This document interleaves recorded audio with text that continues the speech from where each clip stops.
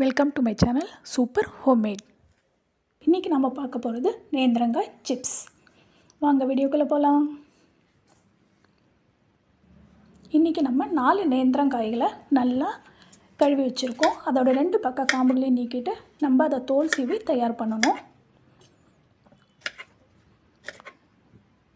நம்ம தோலை சீவறதுக்கு peeler use பண்ணலாம். இல்லை பீலர் யூஸ் பண்ண சில பேருக்கு அது சரியாக வராதுன்னா கத்தியால் கூட நீங்கள் தோலை நீக்கிடலாம்.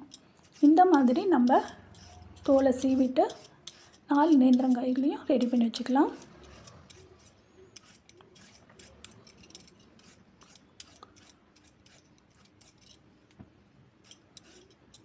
தோலில் அந்த பச்சை கலர் இல்லாத மாதிரி நல்லா சீவணும். இப்போ ரெடி. 4 வாழைக்காய்களையும் நம்ம சீவியாச்சு. இதை நம்ம ஒரு பவுலில் தண்ணி எடுத்து 2ஆக கட் பண்ணி அந்த வாழைக்காய்களை அதில் போட்டுடலாம். அப்போ தான் வாழைக்காய்கள் கருக்காமல் இருக்கும். அதை சீவ போகிறோம். சீவறதுக்கு முன்னாடி நம்ம அந்த வாழைக்காயை கொஞ்சம் எண்ணெயில் தொட்டுட்டு சீவினோன்னா ஒட்டாமல் நல்லா சீவாக வரும். நம்ம ஃபாஸ்ட்டாக சீவலாம்.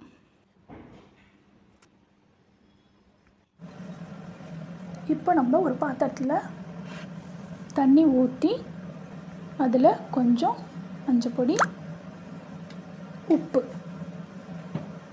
இது ரெண்டையும் போட்டு நல்லா மிக்ஸ் பண்ணி வச்சுக்க போகிறோம்.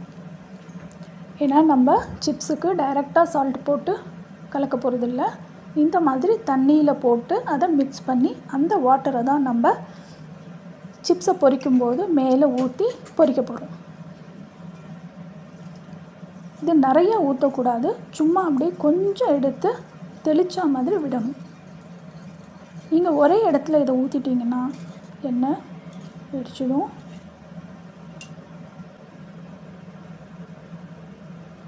இப்போ நம்ம வாணலியில் எண்ணெய் ஊற்றி அடுப்பை பற்ற வைக்கிறோம். நான் செக்கில் ஆட்டின கடலெண்ணெய் யூஸ் பண்ணியிருக்கேன்.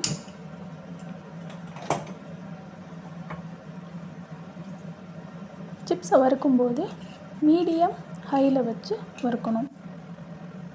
ரொம்ப ஹை ஃப்ளேமில் வச்சு வறுத்திங்கன்னா சிப்ஸ் சீக்கிரமே கருத்து போயிடும். இப்போ நம்ம சீவி வச்சுருக்கிற வாழைக்காய் எடுத்து கொஞ்சம் கொஞ்சமாக எண்ணெயில் போட்டு பொரிக்கலாம். போடும்போது உதிர்த்தா மாதிரி போடுங்க. ஏன்னா வாழைக்காய்கள் கொஞ்சம் ஒட்டி இருக்கும். உதிர்த்தா மாதிரி போட்டு நல்லா இதை மாதிரி கிளறி விட்டோம்னா நல்லா தனித்தனியாக நல்லா வெந்து வரும்.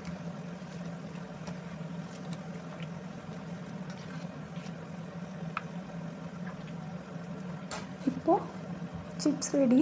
அதுக்கு எடுக்கிறதுக்கு முன்னாடி நம்ம மஞ்சள் தூள், உப்பு கலந்த தண்ணியை கொஞ்சமாக எடுத்து சுற்றியே விட்டு திரும்ப ஒரு 2 தடவை நல்லா அதை கலந்து சிப்ஸை எடுத்துடலாம்.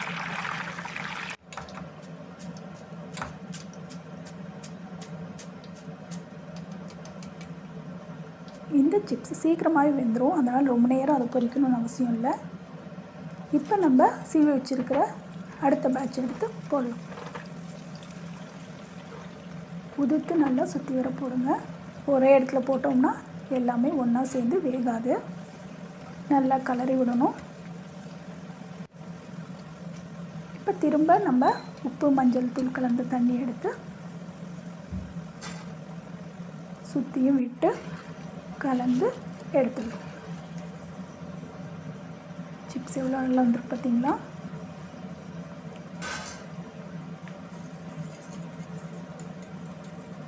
கொஞ்சமாக விடணும், நிறையா விடக்கூடாது.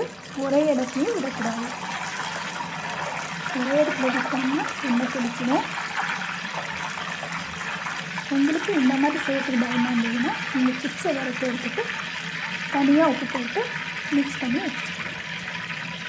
இதே மாதிரி நம்ம மீதி இருக்கிற எல்லா பேட்சையும் ரெடி பண்ண போகிறோம். இப்போது எல்லாத்தையும் நம்ம பொரிச்சு எடுத்தாச்சு.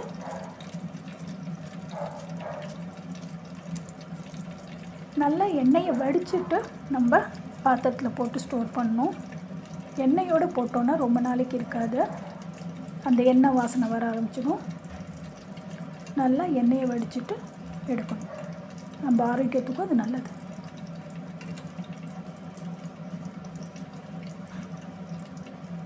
நம்ம கடையில் வாங்குறத விட வீட்டில் இதை மாதிரி செஞ்சு சாப்பிட்டோன்னா சுவையும் மனமும் நிச்சயமாக அதிகமாகவே இருக்கும், விலையும் கம்மியாக இருக்கும். இப்போ நம்மளோட சிப்ஸ் ரெடி. தேங்க்யூ ஃபார் வாட்சிங். Please share, comment and subscribe. Thank you.